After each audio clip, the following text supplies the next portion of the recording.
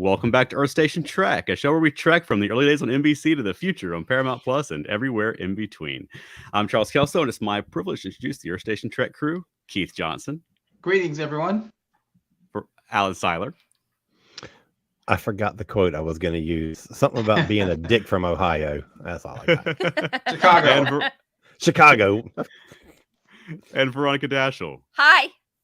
I got a little thrown. My browser wouldn't play the intro, so I was sort of flying blind there for a minute. Welcome back to the show.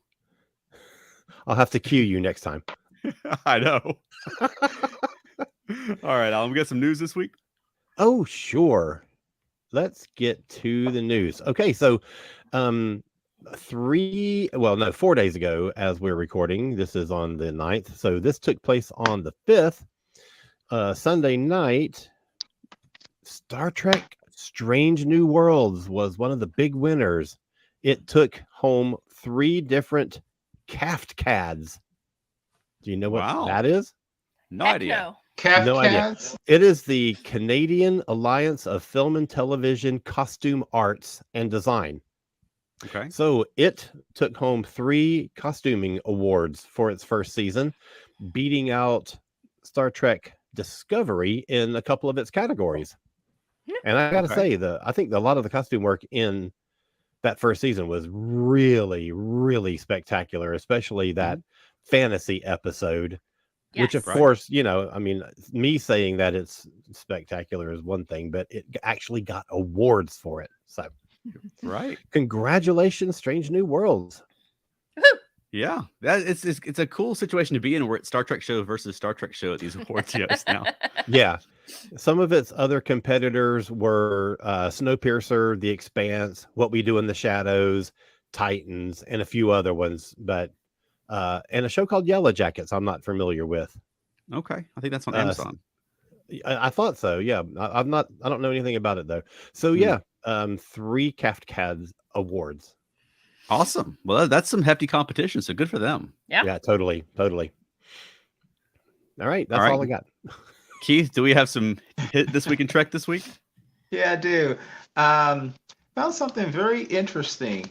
Back on the 6th of March, 1956, on a television anthology series called The Chevron Theater, was presented a script and a show called The Secret Weapon of 117, also known as The Secret Defense of 117.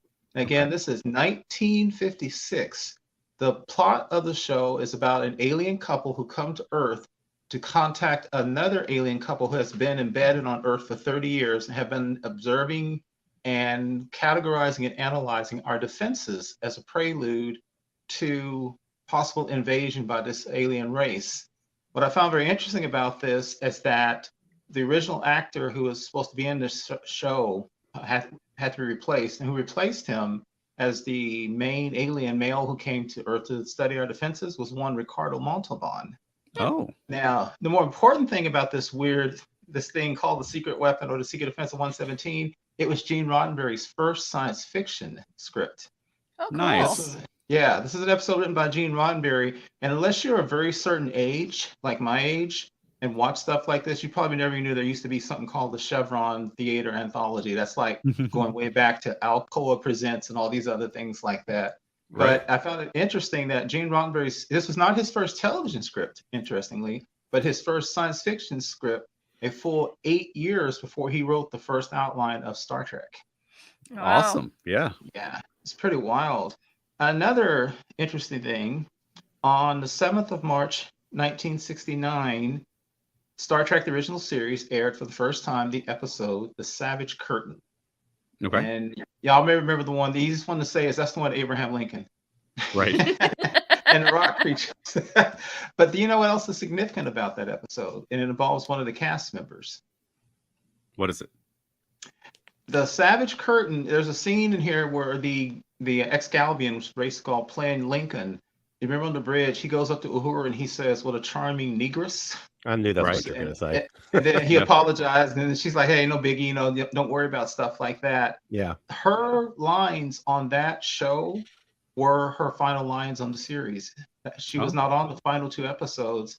And so that was her last appearance because she wasn't available for the 2 episodes that followed, which was All Our Yesterdays, which is the one where Kirk and Spock and McCoy go through that little time portal on that planet Right. Mr. Picard is running, and then of course Turnabout Intruder. So Savage Curtain, that was Nichelle Nichols' exit from the series. And of course, the time when she recorded those final lines, she had no idea of knowing if she would ever be back for anything Star Trek again. And that includes the animated series, because none of that was in the works at the time. Right. Yeah. Wow. Yeah, and then one more I have, which I think is just important because it's one character. Just one birthday, and that's on the 5th of March, 1975, was one Jolene Blaylock, who played Hey. T'Pol on Enterprise. And some people may not know this, which is so interesting because she was introduced in a very certain way as kind of a sex pot Vulcan and all this kind of stuff. I think she did a great job.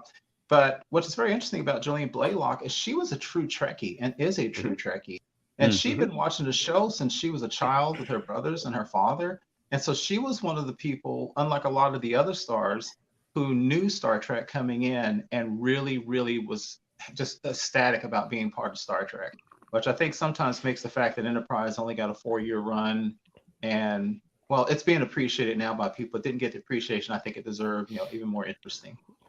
Yeah, absolutely. She was very outspoken about her displeasure with the way that Enterprise went, and she did it from the point of view of being a Trekkie.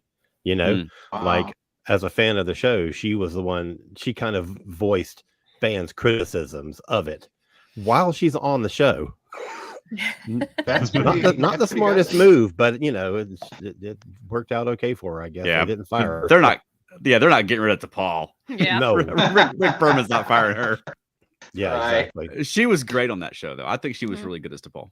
I think so too. And she got better as the show went on. And some people may not know that originally they were thinking of making. There was a couple of things. There was also a thought originally of making T'Pol part Romulan, which they were thinking about giving her more emotional beats, the same way they were thinking about doing that with Saavik in the movies.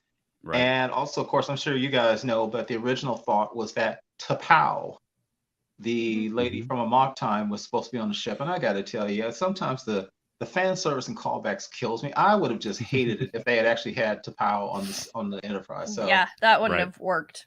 Yeah, I think. Yeah, and that's this week in Trek history. Awesome. Well, we'll take a quick break to promote a fellow ESO Network podcast show. But stay right there, because when we get back, we'll be talking about the 4th episode of Star Trek Picard Season 3. And if you're watching with us live, we're just going to continue on talking about Star Trek.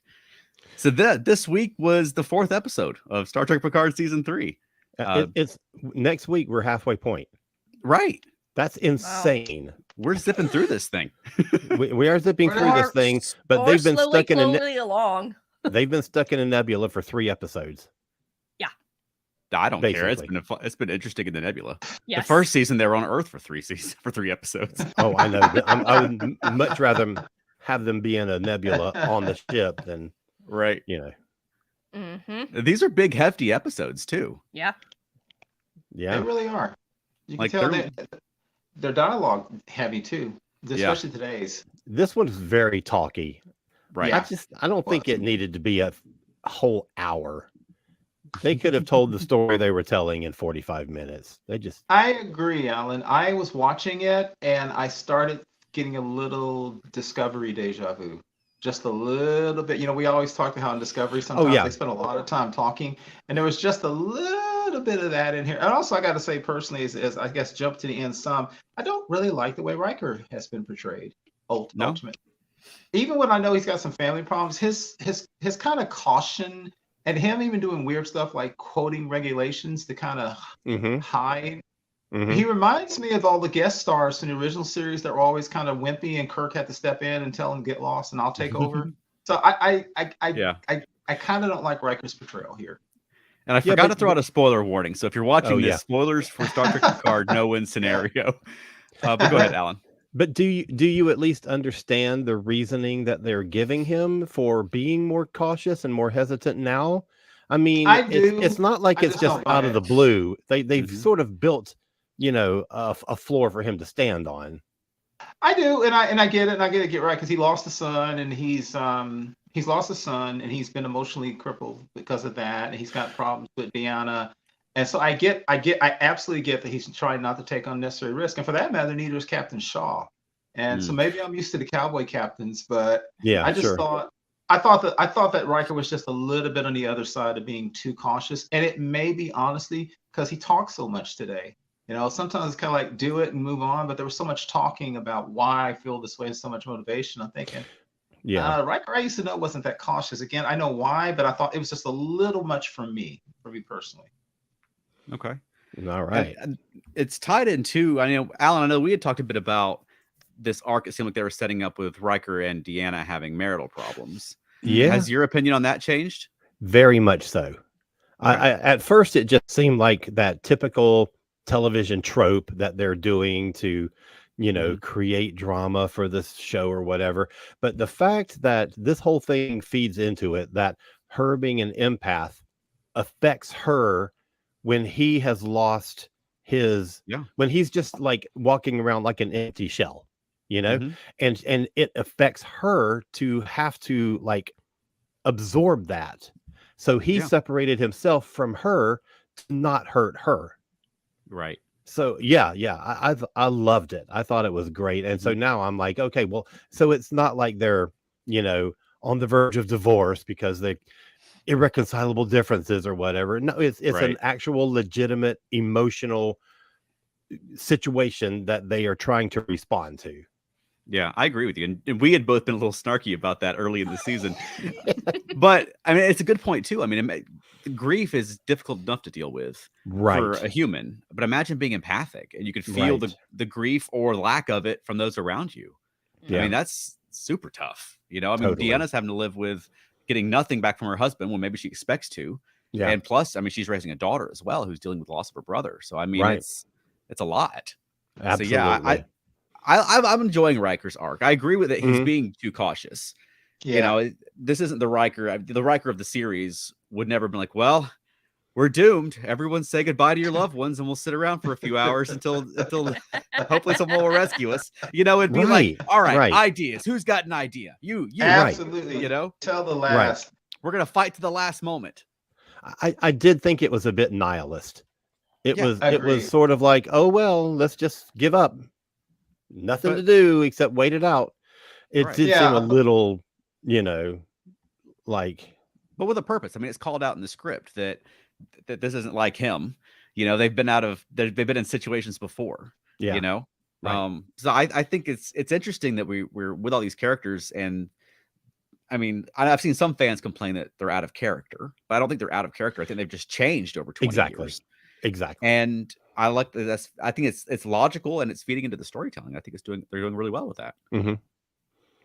Yeah. I did have a bit of a problem with everybody going into the holodeck and hanging out in the bar waiting to die. Yes. Right. My thought was like with the holodeck in general. See, I thought that was going to be like, hey, we could pull the holodeck battery packs out. And, yes. Me too. Right. Or at the very least, I was thinking the holodeck exists on a completely separate and independent power source so that we can use it to entertain ourselves when nothing else works. And I thought that's going to be how they bring Moriarty into it somehow. So yeah. Yeah. But I had the thought like they should do that for the shields and the engines and yes. Thank you. So the thrusters work when everything else doesn't. Right. Right. What did you think, Veronica? I disliked the bucket. Oh, that was my thing. Yeah, I was so mad about the bucket. You got fired up about the bucket. Go ahead. I got so mad about the bucket because Odo was the bucket. Odo was the bucket because that was the only thing he knew. Normal changelings do not use the bucket, even when they have to like go back into their gelatinous forms. Well, where do they do it then? Well, doesn't matter. Odo only used the bucket to a certain point, and then he realized that he could just take other shapes, and he changed his quarters, so he had he eventually gave up the bucket as well. But you're right, we've never seen another changeling with a bucket. That's true. I didn't. Even I wonder if those guys it was Odo's bucket. So what if those guys that invaded Earth were like showing up with their bucket under their arm? Oh God! I want you to tell security about this. Oh my gosh! This is how you spot changeling in it. I'm like, there's no residue changeling in there. They don't leave behind changeling. That's part of That's them. true too. Like you can't scan for the changeling. That would have been super helpful in the Dominion War. Well, okay, I'm glad I'm not the only one who noted that because I wrote down there's two problems with this. First off, as they established in Deep Space Nine, when a changeling becomes a thing, it becomes that thing, and you can't scan for it.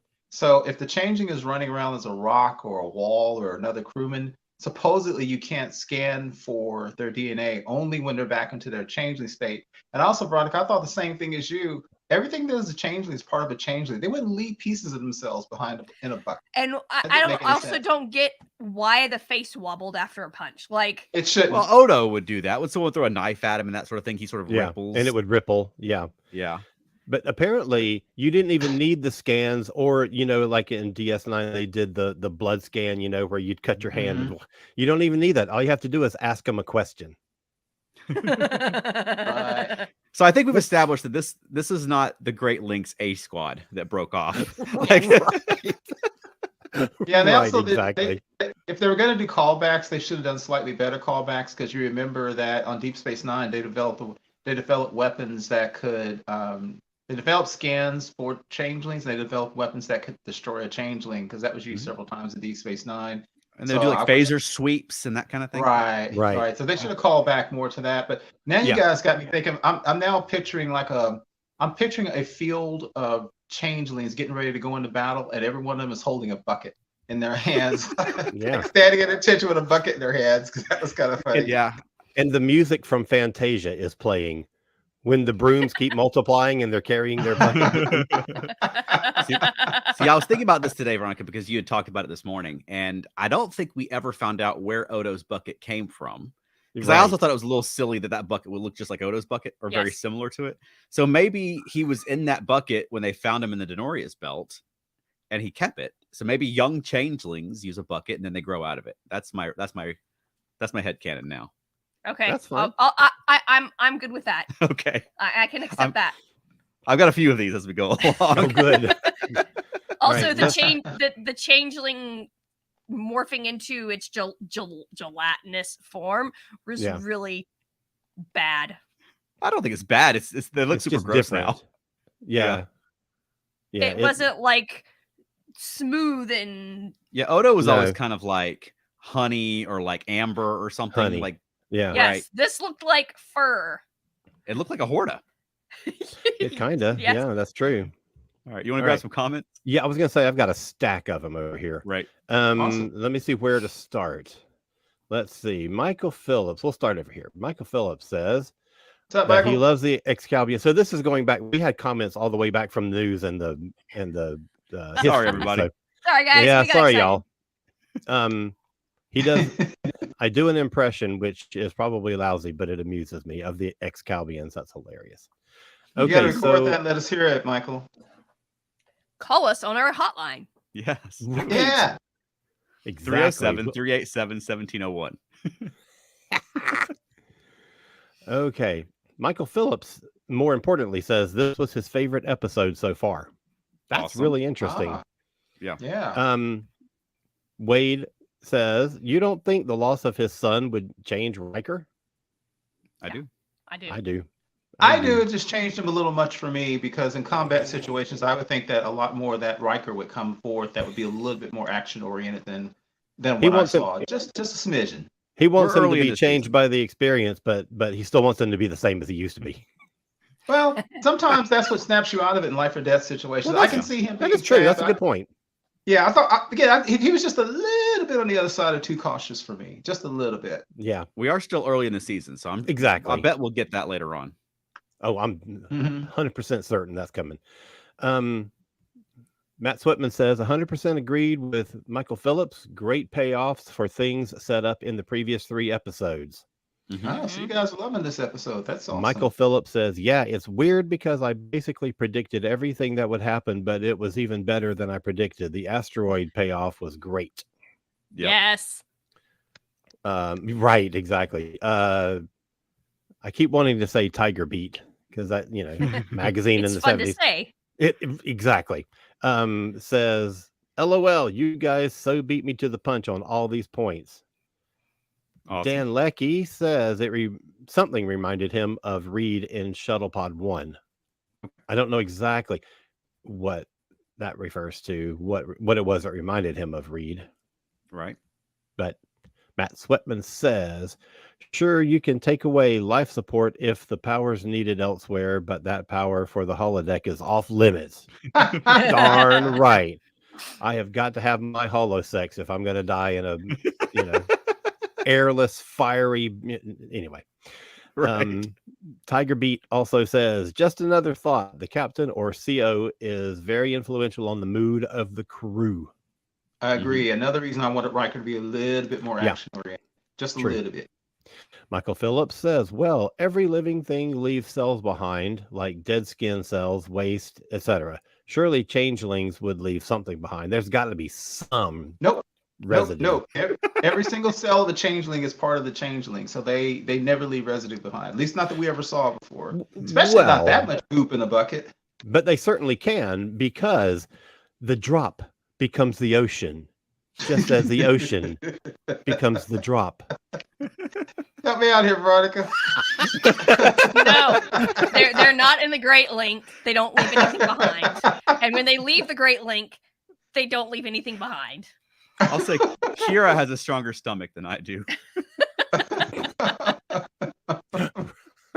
Because those changelings were pretty gross in this one. They really were, weren't they? They look like something from what's his name? They look like something from the Cronenberg movie to me. Yeah, that's true.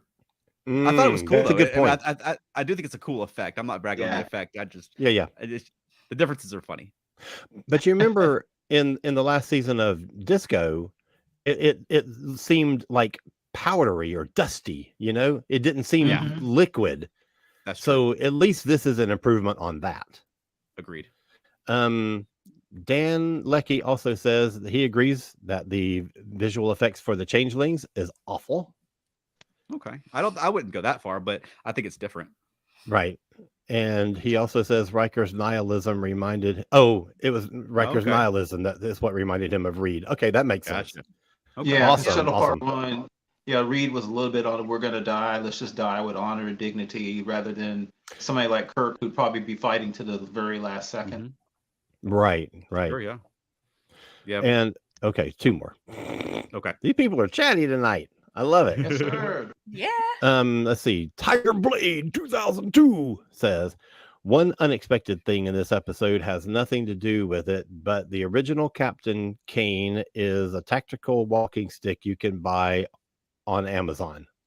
Oh, how much? Interesting. I see a cosplay coming on. Right. And Dan says, watching this show is a great way of celebrating my 40th birthday. Well, happy birthday, Dan. Happy birthday. Woo-hoo!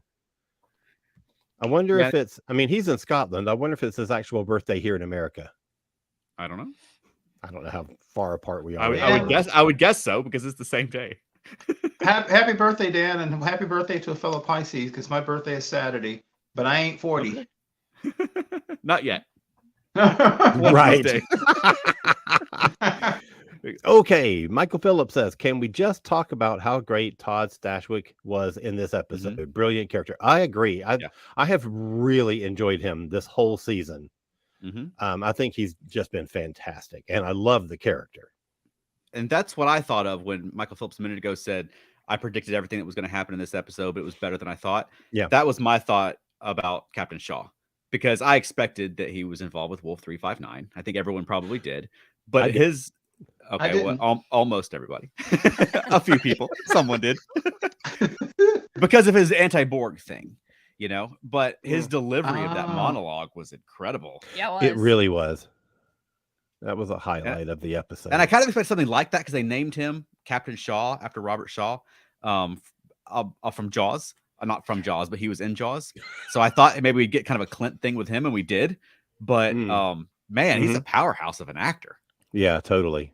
I'm going to say I don't mind cursing in Star Trek episodes. And I know some people are opposed to that. And there's one person in particular I can think of who just hates it.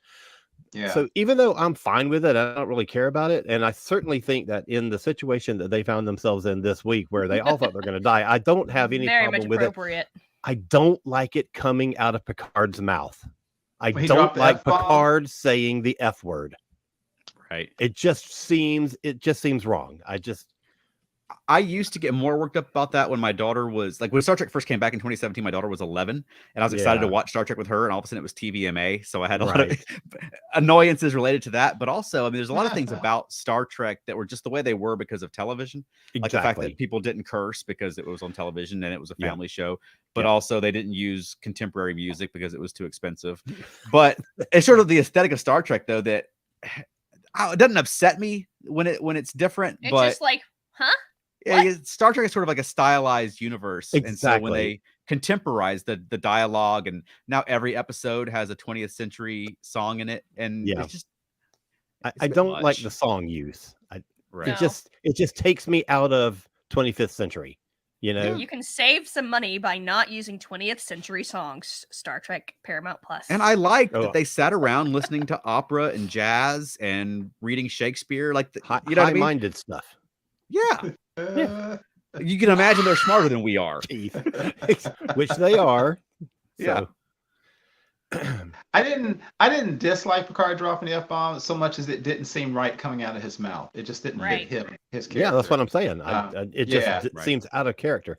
And you know, It does. it was such a moment in season 1 where the Admiral cursed him out using the F word, you know, the effing hubris. And that seemed like that made a point, you know. It's like, this is the great Picard, and here's a woman who is just not all that enamored with his greatness and is going to tell you it shouldn't, it doesn't work coming the other way around. It doesn't work coming from him, I don't think. Yeah. That's I just me. bet. I'm Okay, sure a the couple of actors things. like it though. Yeah. Go But ahead. does Patrick? Because I don't know. I think it seemed like he maybe. was opposed to it at all. Not just saying it, but having other people say it too. Anyway, Matt Swetman says that he's okay with Tilly using the F-bomb occasionally, and that's Okay. fine. Yes. Anonymous Facebook user says Tilly can say anything and make it sound innocent. Aw. Philly fan, huh? And Tiger Blade 2002 says, agree with the use of contemporary music. It's a lot this year. It is. And it Mhm. sometimes it works and sometimes it just, you know, doesn't. Sometimes it sets a good tone for the scene or whatever, but I don't need it. You know, Yeah. I just don't need it. At least at Guinan's bar, that she was running Yes. that bar in contemporary times. So Yes. it kind of goes with the aesthetic of the bar. It's like a 20th Exactly. century historical bar. That's you know? exactly what I was thinking of. Yes. Yeah. But oh well. I mean, that didn't hurt the episode for me or anything like that. It's just one of the things that I liked about old Star Trek. You know? Yeah. So I have a question. What was up with the captain of the strike and it cutting the thing off and the head floating in the air? And what was Yeah. that? That's just goofiness. That's goofiness and gross. Is she a changeling? Well, even if she is, why she have to cut her hand off and it floated in the air and Right, turned into right. I Yeah. literally was Right. trying to figure out what was going on. I'd taken some Right. muscle relaxers and I thought maybe they were messing with me. I think she took some muscle What relaxers is too. that? She just took too many muscle relaxers. Yeah. Yeah. Is that whether is I'm lost. What was that? If she's not a changeling, was that supposed to be some way to communicate with changelings? I literally don't know what that was. I think we'll find out at some point. Yeah. I'm sort of waiting Yeah. to see on that. If she's a changeling, and if changelings now have the ability to cut a hand off and talk to each other, I'm gonna Right. across subspace. That's gonna be a little bit weird. If that Yeah. thing, like that table, if that was part of a device that a changeling can put part of It itself on, To be. then I'm waiting to see. Yeah. But I hope changelings aren't just telepathic across space and talking to their hands now. Yeah. Talk to the hand. And also looking humanoid. What? What? I don't know why would the changeling look humanoid on the other side? Good point. Well, Oh. okay. Yeah. Yeah, Yeah. I gotcha. I Ish. see. Yeah, but yeah. Ish. Totally. Right. Patrick Anderson says, I can't decide whether I like Geordie's daughter. Her name dropping daddy's name is off-putting something. Keep in mind that this week it wasn't her dropping Daddy's name; it was a changeling trying to convince 7 of 9 that she is the actual person. Right. Last week it was her. Last week it was her, but I thought last Right. week's name drop was really good. Yeah, I thought that was appropriate too. It made it feel like Geordi was a part of the show, even though he's not been introduced yet. Yeah. Right. I like her. I like the I character. do too. Mhm. Yeah. I really do too. Michael Phillips says, I don't mind the contemporary music in Picard, but it pulled me right out of Strange New Worlds and Spock Amok. Okay. I can see that. I think it did me too. Tiger Blade 2002 says, and if it was part of her, wouldn't it already know her thoughts? Right. I don't think it was supposed to be part of her. I don't think think that maybe it is, yeah. if she's a changeling, I think that part of her was just animated by whatever. I don't. And why would she have to cut it off? Just like let it. It'd be even weirder if it was like this. Yes. Oh, that would have been so fantastic. They could argue. Slushed off. But the thing is, she cut it off. That's but true. then it She just shouldn't have to slithered cut right it. back up onto her. Why wouldn't it just slither off Yeah. by itself? Yes, exactly. Why did it not Goofy. just slither off? Yeah. Goofiness. I'm not getting it. Now, one thing I did like about the scene, outside of that weirdness with the hand and the strange floaty head, was her going from almost abject fear when the floating head threatened her, and then she goes back to the chair, and then she instantly is that cackly maniac again, and she's that's the it last time seems- again. Yeah, it seems like that's an act. Yeah. Uh-huh. Like that's a put on for the crew or for whomever. Yeah. Or at least She the was- other person is scary enough that she drops that nonsense when she's talking to Yeah. Floating Head. That's Yeah. what I Yeah, think 'cause it she is. was- That's she what I was think it is. terrified when they were talking. When it was talking to her, I thought that was an interesting thing. Also, Right. Did you notice how they do keep playing the V'ger music? I love for her that, though. shit? That blaster beam Yeah. sound. I love Yes. that. I love it. I'm having a hard time with Vatic. I was willing to like her the first time we saw her, but man, now it's like George she's Top. just not. Nothing's happened interesting, you know. If she's going to be the villain, I need her to actually step up and do something. Is she I going to mean- do one note for you, Alan? I guess. I mean, she was 2 notes this week, scared and back to normal Vatic, but it Yeah, just didn't. Nothing's working for me so far. Mm-mm. And you could Um, do the big evil bad guy in the big evil ship, and it'd be interesting. Like the guy from Year of Hell springs to mind. Yes. Oh, yeah. Super Yeah, interesting. And it was that Yes. same sort of setup where big evil guy with a big evil space gun, you know. But it worked. I need more from Vatic to Yeah. care about them. Exactly. right. And you know, first of all, this episode was the longest of the season so far. It was 58 minutes. I mean, I literally I get to watch this on my lunch break, and I had like 50 seconds when the episode was over to get back to my desk and clock back in. So I need that to stop, first of all. Second of all, it seemed so much longer than it actually was because it didn't break it up with the other storylines that are being told. So we didn't get any Yeah. Worf and I was Rafi. very disappointed you know? with no war for Rafi. Yeah, me too. And so I think, you know, they didn't want to pull focus away from the crew focusing on its own mortality, you know what I mean? But Yeah. first of all, I felt the loss of, you know, not getting the continuation of that other storyline, but at the same time, it just made this episode drag, I thought. Mm. Yeah, it was a little. I felt it was a little. It dragged a bit as well.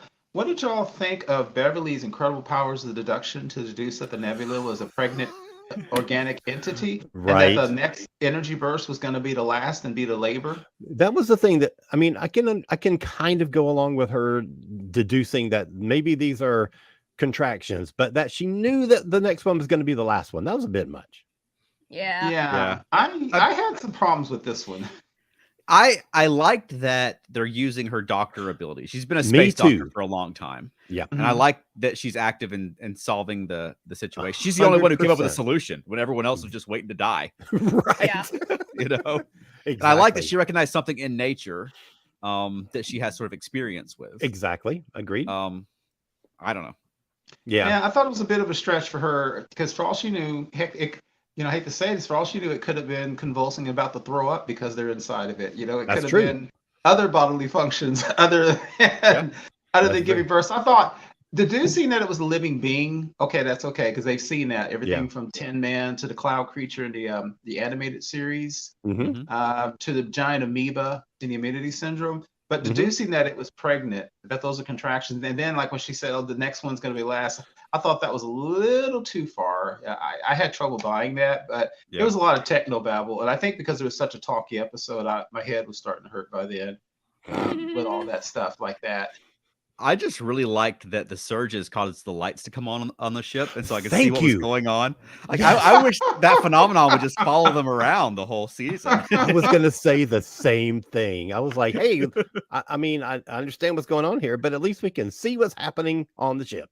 Right. Yeah, because it was funny because when they used all the power on the ship, I noted that too, Charles, because they could still at least have even those doggone red lights, but even they didn't have any emergency lighting. Only the holodeck was working, so that just didn't make much the sense. Holodeck was working. Yeah, They could have had that scene. I know they want to draw a parallel between him and 5 years ago him when he's sitting in the restaurant or whatever, and you know, I know they're drawing that parallel, but that they didn't have to have the holodeck have its own independent, you know, power source that we can't use to power the weapons or whatever. right. They could have had that scene anywhere on the ship. I'm glad they at least attempted to explain it, though. Yeah. All right. Well, real quick though, that I think that's a holdover from Voyager. That's something they established early in Voyager, was that the holodecks on a separate power thing. I think to justify why they're using the holodeck while they're lost in the Delta Quadrant. Right. But there is a precedent for it. But yeah, I wish they would have just had a bar on the ship. That bar set must have been way expensive. Right. they got to use it. And they kept it in storage for the past however long they've had it. Well, no, because they shot seasons 2 and 3 back to back. I forgot about that. So that set probably was still standing. Anyway, yeah, let me get comments. So going back a little bit, Michael Phillips posits that maybe Vadic is half changeling. I'm not sure how that You being half changeling? I don't know. Maybe here and Odo figured it out. That's true. Matt Switman says they could have tried to disguise the changeling as LaForge better, though. There wasn't really any mystery there. No, not at all. I mean, come on. The camera angle, the music, everything told you this is not really her. It was pretty also, lame. she wouldn't have left the bridge. Right. Yeah. Smack my head. That moniker was a gift for my son. I guess Tiger Blade is the moniker he's referring to. Okay. That's pretty awesome. Yep. Dan Leckie says, "Oh Lord, I can't believe you guys have finally seen the floating head scene." Yeah, that was wild, Dan. We're trying to figure that one out. Patrick Anderson wonders what Vadic's motivation is, and we're all wondering that. Yeah. We don't know. Trust me. No. Yeah. Okay, Tiger Blade 2002. She seems like she's just a plot device to move the storyline along purely. Is she really moving the storyline along? Right. That's what I'm kind of wondering. Yeah. I mean, I don't feel like she's not been that much of a catalyst.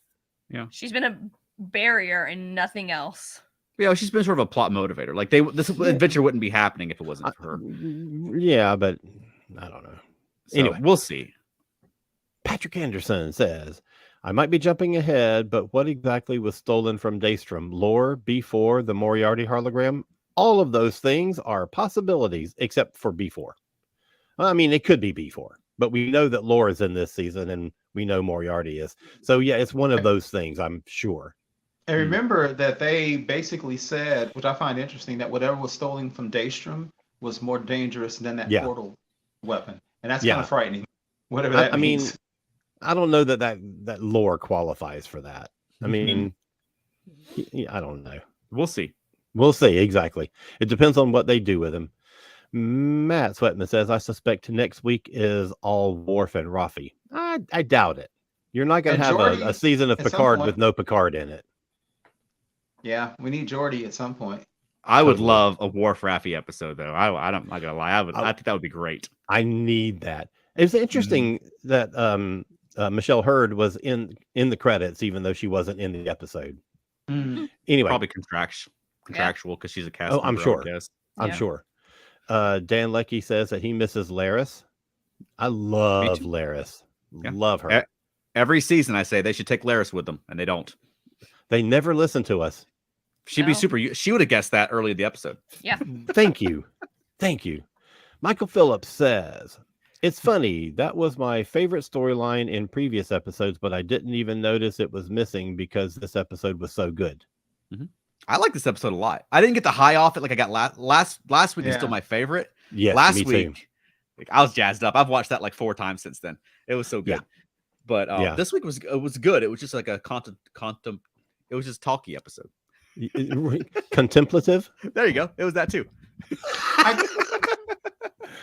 Dan Leckie says, cigar smoking changeling Vatic has been speculated to finally be a chameleoid, like somebody in Like TUC. Martia. Yeah, Kamaloid, like Martia. Yeah. And she smoked also. That's possible. I wouldn't really think out right now. That's true. That's true. That's We're in a an good age point. now where no matter how Yeah. obscure the reference is, it's possible. Exactly. Okay, so just a couple more to go. Tiger Blade 2002.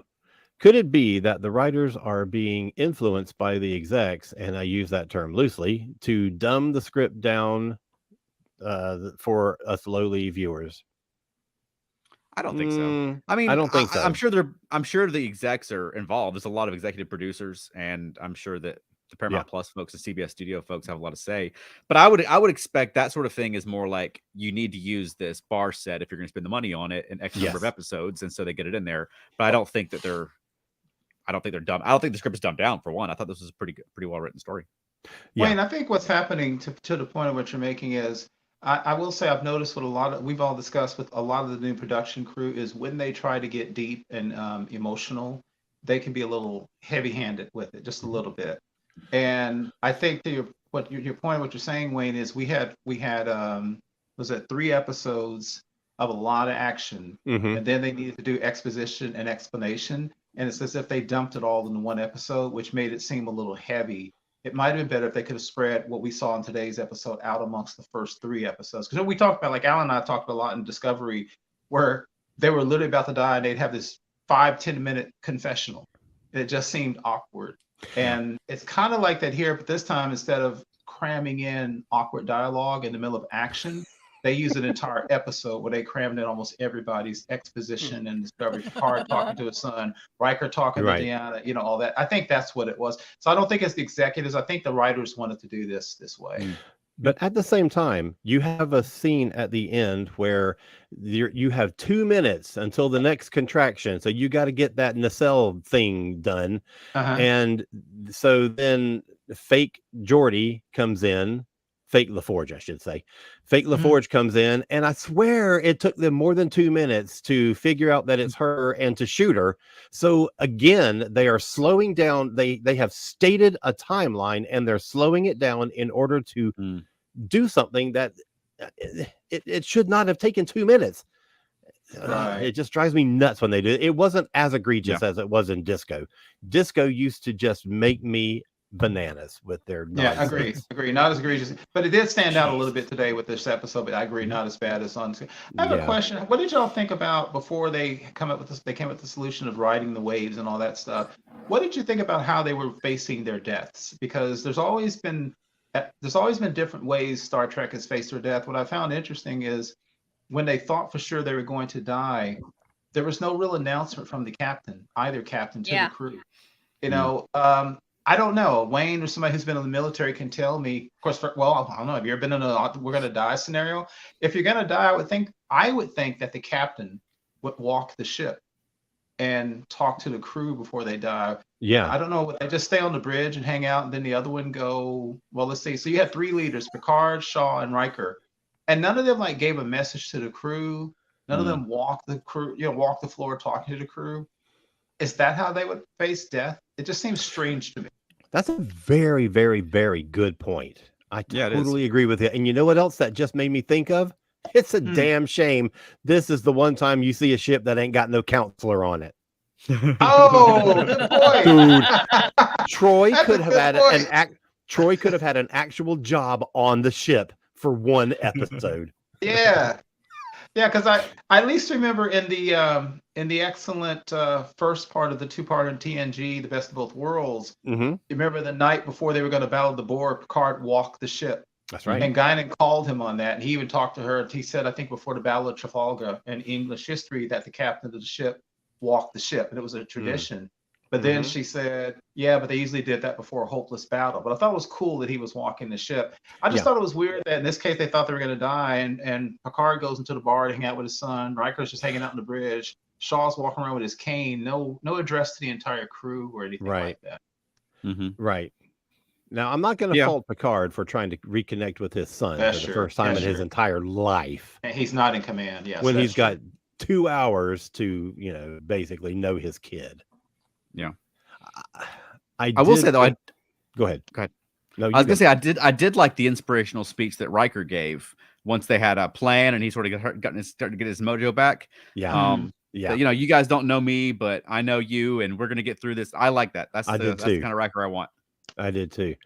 I'm going to say I didn't think that the other side of Picard spending 2 hours with his son in a bar, that flashback thing that they did where apparently the kid did look for his father 5 years ago and found him in a bar and heard him say, the only family I need is Starfleet. That was a little cheesy. It's a little melodramatic. Yes. It's interesting how the fact that Picard remembered it at that moment. Right. Yes. You're right. Dumb. No. And that flashback would have been before Picard season 1. So it's interesting that the Picard of we were led to believe that he was sat in his chateau and turned his back on Starfleet. Yeah. That he's in a Starfleet bar, essentially, like talking about how Starfleet's his only family. Right. But in the first episode of Picard season 1, they're like, name? Exactly. Yeah, that young guy didn't even know, didn't recognize him. And here he's got people coming up to him in the bar. Oh, that's a good point. I didn't think about that. Sort of not that it's necessarily wrong, just it's an interesting contrast. I did like, though, that they used those season 1 uniforms for the flashback, because usually they just create a uniform for all these flashbacks. But in this one, they had the uniform that they had in season 1. I thought it was a nice touch. I went down a rabbit hole, a crazy rabbit hole, when they kept doing the flashback and all those young, eager kids, to your guys' point, who for some reason recognizing this old Starfleet officer. I wrote in my notes at first are all these young kids changelings? They just want to pick his brain for battle tactics? I swear I thought they were a bunch of changelings pretending to be groupies. Oh, that's hilarious. I think that a young Starfleet cadet or officer would recognize Jean-Luc Picard, though. Picture was also on the wall. He's like one of the most famous Starfleet officers of the past few decades. Fine. But you also think that any college student would know who the Beatles are, and some of them don't. But I do agree with Alan, and this is, it's a personal thing, but as somebody who's adopted myself, and I met my birth father, but he died before I knew it. He visited me several times when I was an infant, so I never knew him. Oh, but wow.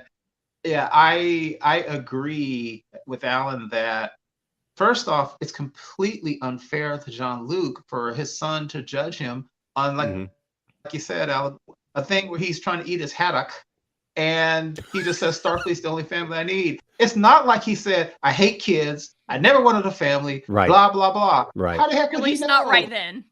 Yeah, so exactly. Yeah, he didn't like kids before. So I thought it was unfair for his son to judge him like that. And I blame Beverly for that. I really do. I thought that was just because her whole thing of, well, I told him he could meet you if he wanted to. But what she should have done was say, let's meet your father. Let's all sit down and talk about this. She just gives him the information, then he goes drifts and find him in a bar. Like, good God.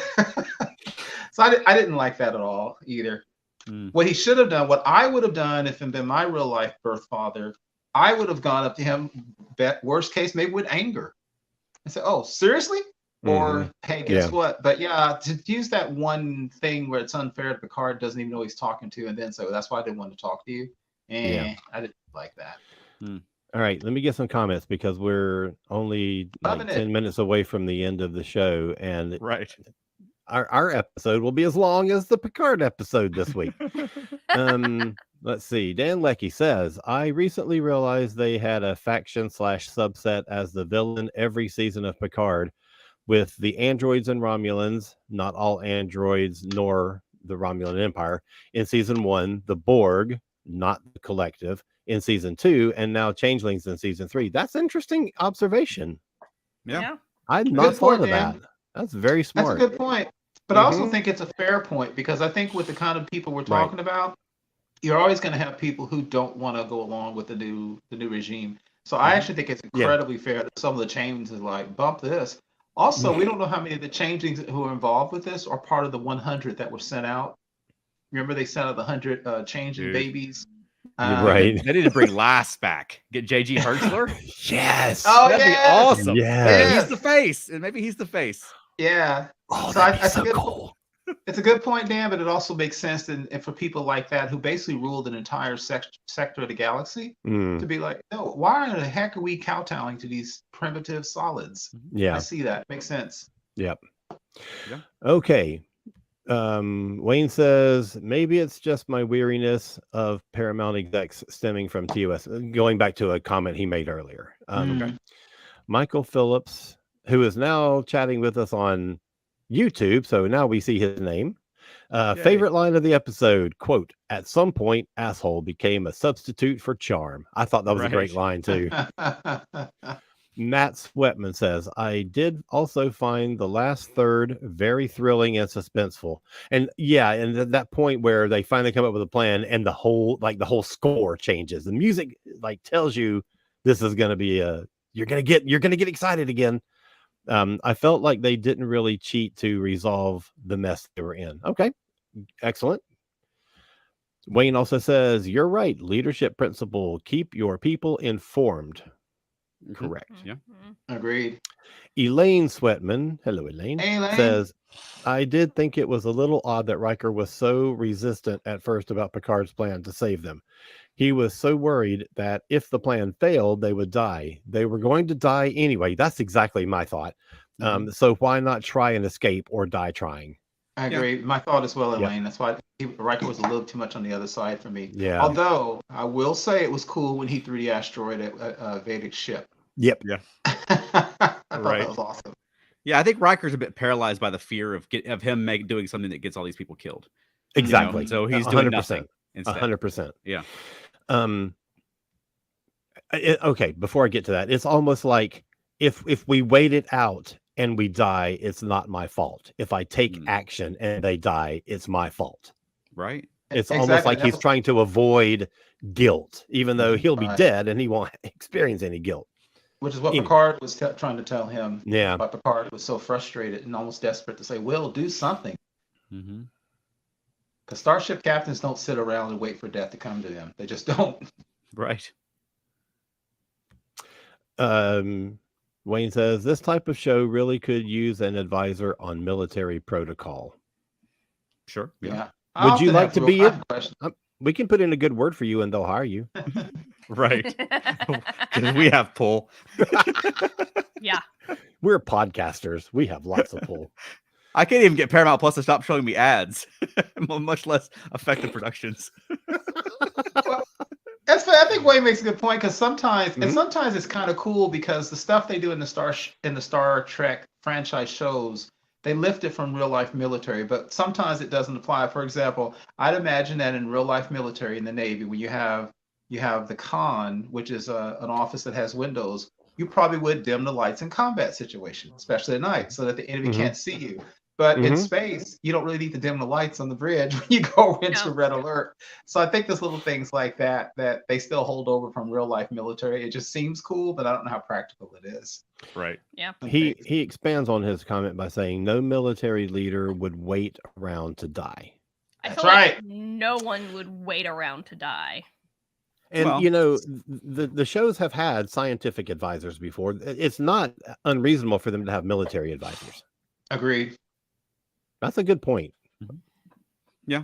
And in Riker's defense, I mean, what he was saying was that, I mean, Starfleet protocol is to, if your ship's disabled, sit tight and wait for rescue. They probably have some kind of rule about don't do something crazy and get more people killed, like chill. And, you know, he's probably thinking that Starfleet's going to come looking for the Titan. We're missing.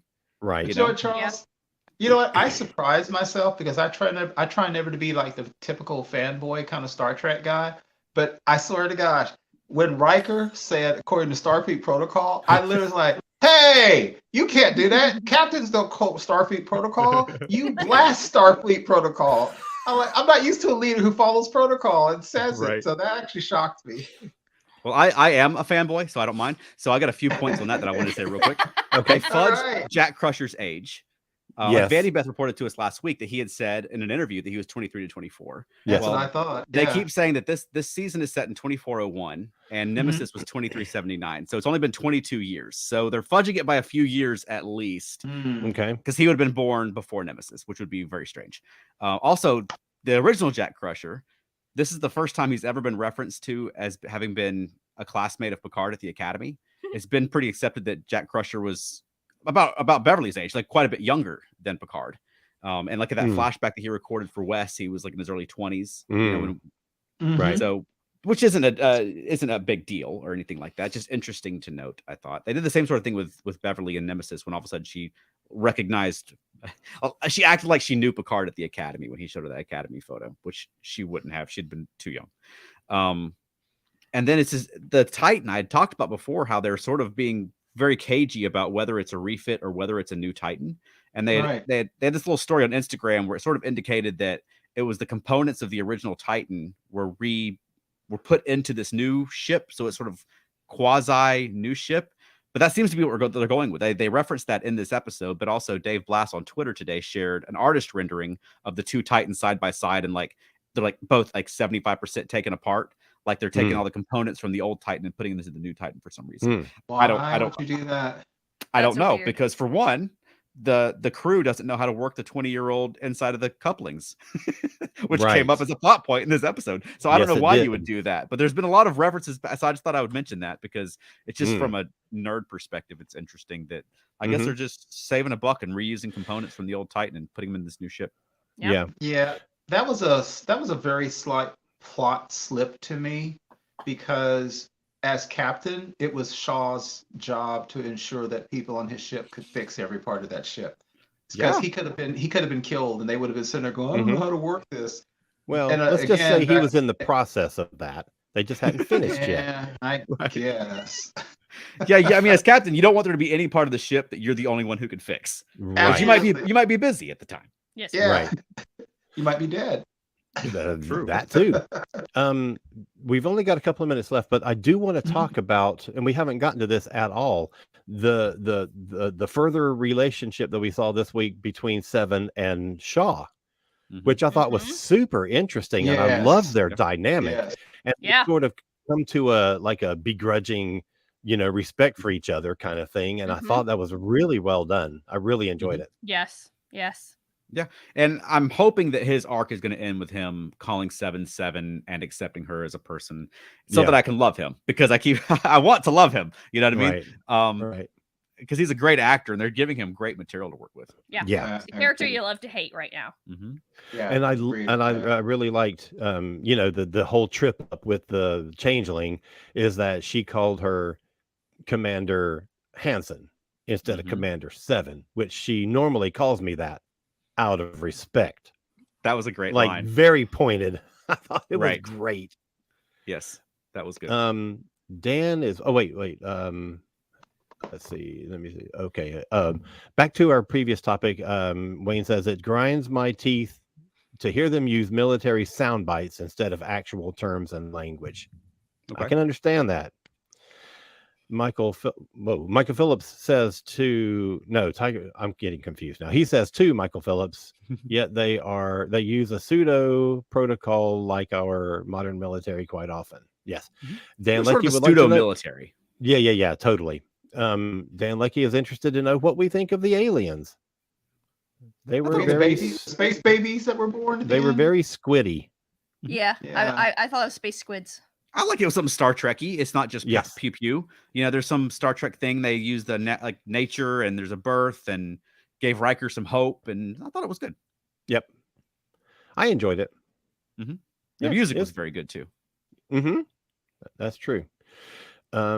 He also says, I wish they'd have some reference to Seven as Para. It would refer to her original name. Okay. All right. So we're at the 1 hour mark. Mhm. Wow, amazing.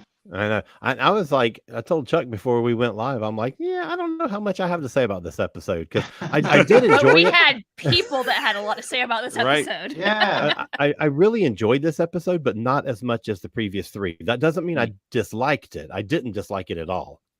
Right. But I think it's interesting. Yeah. Go ahead. Yeah, go ahead. I'm sorry. No, I'm sorry, I cut you off. I'm done. I think it's interesting you said down because it was actually my least favorite of the season so far, but I Yeah, still me too. like. Yeah. It felt I felt more the Discovery Sure. touch Right. to it, and since I don't love Discovery and some of the new track showrunners, some of it turned me off a little bit. But I think it's awesome because at least 2 people said it was their favorite by far Yeah. of the season. I think that's great. Yeah, totally. And I love that everybody's joining us live for this. It makes it a lot of fun to Yeah. get everybody's comments. Now, I know not man. everybody can. So if you're watching or listening to this after the fact, if you can join us at 8 p.m. Eastern on Thursdays, drop by the Earth Station Trek YouTube or Facebook group, and we'd love to have you. If not, we have a hotline where you can call in and record a message with your thoughts about an episode, your thoughts about the season, some Star Trek idea. Or if you have a question of the week you want us to address on the show, we'd love to be able to get your voice onto the podcast as well. No one's going to answer when you call. It's just Veronica with a cute little message, and you could leave a voicemail. And the number for that is 307-387-1701, like the Enterprise. That's 307-387-1701. You can call the Earth Station Trek hotline. We'd love to get some. They'll just email us an MP3 of your message. We'd love to get it onto the show. Yeah, especially questions of the week. Do that. That would be so fun to have a voice actually ask us the question of the week. That would be great. Yeah. You're gonna So- check the voice line, Charles. You're gonna hear something like, "Your existence is ended." That's my. Pursue. Okay, I will. I will, I promise. Okay, you guys got me seeing the Captain Vatican in a whole different light now. Oh, God, that's funny. All right, Oh, Alan, where that's can people find more of you? All right. Well, I have another podcast on this very same network called Modern Musicology. And we've in the middle of a string of great episodes. This past week, well, actually this week, we put out an episode where we interviewed a lady who was a photographer in the 70s on the LA punk scene, who used to hang out with Joan Jett and Blondie and all these kind of Wow. people, and was the person who booked the Bangles' very first gig. And Wow. she was amazing. It's one of my favorite interviews we've ever done. She was so cool. So go check that out. Or you can find me at cosmiccreative.com. KOZMIC creative.com. And Tiger Blade is wondering if that podcast is on YouTube. It certainly is. Just search for Modern Musicology Podcast on YouTube and you'll find it. I'm gonna listen to that tonight. That sounds awesome. Now, if he means live shows like we're doing this, no, we haven't done that yet, but I keep wanting us to. So we And might. Alan, if you could display my comment, if you're able to, with the phone number so people can see it. Oh, yeah, look at that. 307-387-1701 for the Earth Station Trek hotline. And All right, just remember Keith. the jingle 307-387-1701. Engage. If you're on the audio podcast, you missed our little dance, but it was Right. All right, Keith, where can people find more of you? You can find me on Twitter, Instagram, and Facebook, primarily the ESO Network Facebook groups, and our Earth Station Track, of course, where now that I'm healing from all these problems I've had recently, I'm starting to post a lot more. So look for me like every 5 minutes there. Yes. Every 5 And how about us, minutes. Veronica? Feltnerdy, One more time. feltnerdy.com. And Monkeying Around, a podcast about the monkeys. we've got a couple of big episodes coming up on Monkeying Around. Mhm. Do you want to? We have a big guest who Yep. we interviewed, and the interview was so well. Like I was motioning to Veronica about an hour that we need to start, wrapping it up, be respectful of time, and then he went and got his guitar, and, Oh, no. and it went for almost another hour. Oh, that's So, awesome. Veronica, who was our guest? We had Marty Ross of the New Monkeys. Yes, he on our has a lot podcast. of really interesting Hollywood experiences of his 15 minutes of fame as being one of the New Monkeys, and like on including a Star Trek connection. that's true, but also like the Star Trek cast, there was a lot of pushback from the original Monkeys and the fans at that time. Mhm. Yeah. Now we know the Next Generation cast were able to stay on the air, find their feet, push through it. The new Monkeys weren't. They were canceled after 13 episodes. Right. So dealing with that over 30 years and his relationship with Monkeys fandom has been really interesting. And also his relationship with Mhm. Hollywood. It was just a super interesting and fun interview. He And has he's so much energy. yes. Yeah, That's we so could have cool. I left. can't wait to hear We it. didn't. We like asked Yep. 3 questions, and then he just like. So that'll be kept the going. next 2 episodes of the Monkeying Realm podcast. So I recommend Nice. it. It's been a lot That's of fun. super cool. That's going to be Yes. so awesome. All right, Veronica, do you have a closing for us this week? Yes. Let's boldly get the hell out of here. Hey, great job. That's great. Not only were you prepared, but it is the perfect line to end the show Yeah. with. That's And thanks again That's for everybody awesome. who wrote in. Yeah, this participated. was- This was great. This Yes. was so much fun, y'all. Thank you for Yes. joining in. And we'll see you next Thursday at 8 p.m. Later. Don't forget the time changes on, well, if you're in America, the time changes on Sunday. Right. Ah, crap! This weekend? Yeah, this weekend, I know. I It's just time found that travel, out today, Keith. and it was disappointing. Yeah. Holy crap! My friend Ed Degree just said good stuff. Hey, thanks. Thanks. Wow, I didn't know you were even here or had ever watched this show. But thanks for chiming in and for quoting a B-52 song, which he's not. Anyway, all right. So we're out of here. Take care, everybody. Have a great week, and we'll see you next Thursday.